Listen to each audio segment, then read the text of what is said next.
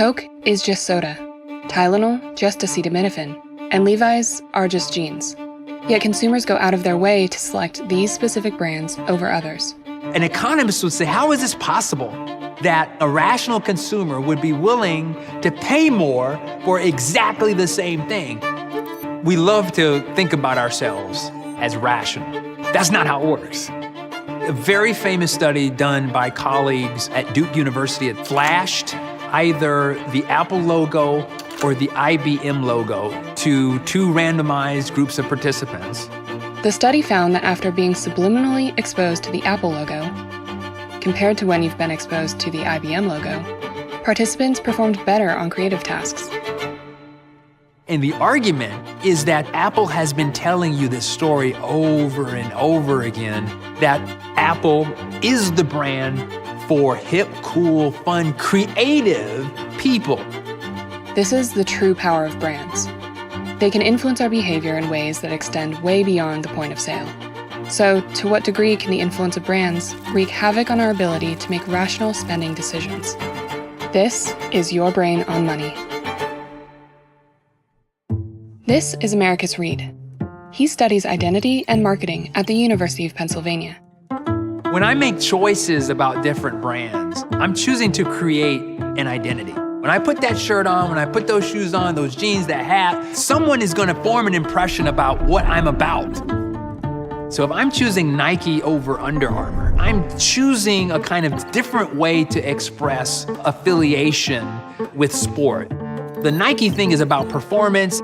The Under Armour thing is about the underdog. I have to choose which of these different conceptual pathways is most consistent with where I am in my life. And once a consumer makes that choice, their relationship with a brand can deepen to the point where they identify with the brand like family. And once you identify with a brand, it can shape the way you behave.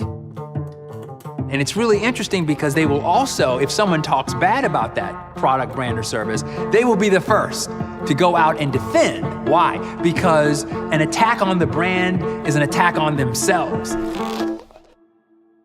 Michael Platt is a professor of neuroscience, marketing, and psychology whose research demonstrates how our perception of brands influences our decisions.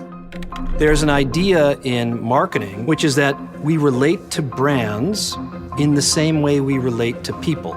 It's like, I love this brand, or I hate this brand. Of course, what people say, right, can often be different from what's really going on in their heads.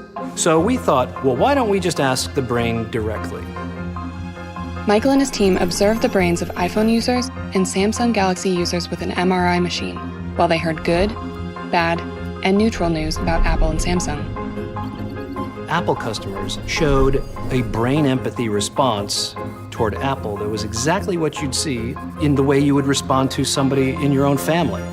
Strangely, Samsung users didn't have any positive or negative responses when good or bad news was released about their brand. The only evidence that Samsung users showed was reverse empathy for Apple news, meaning if the Apple headline was negative, their brain reflected a positive response. You know, it really shows us that Apple has completely defined the market here. Samsung customers, it seems from their brain data, are only buying Samsung because they hate Apple. The kicker? The Samsung users didn't report feeling the results their MRIs showed. What was happening in their brains and what they reported feeling towards Apple and Samsung were totally different. Most people just don't realize that they are subconsciously choosing brands because those brands have some kind of self-expressive value. You can see there's a lot of power here in terms of shaping consumers' decisions. As we learn more and more about that, we have to think much more deeply about the ethical, legal, and societal implications of doing that. So as consumers, what can we do to make informed choices? Well, the best thing we can do is be aware of the influence that brands hold. I think it's important to always pause and think a little bit about, okay, why am I buying this product?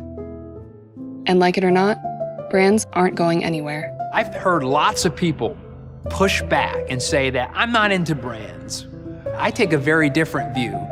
They're not doing anything any different than what someone who affiliates with a brand is doing. They have a brand, it's just an anti-brand brand. When I think about what is it that I've learned about identity over time, I think a lot of it has to do with the fundamental need that we as humans have to have support systems. Perhaps it was the church, it was the community, it was these other institutions that existed.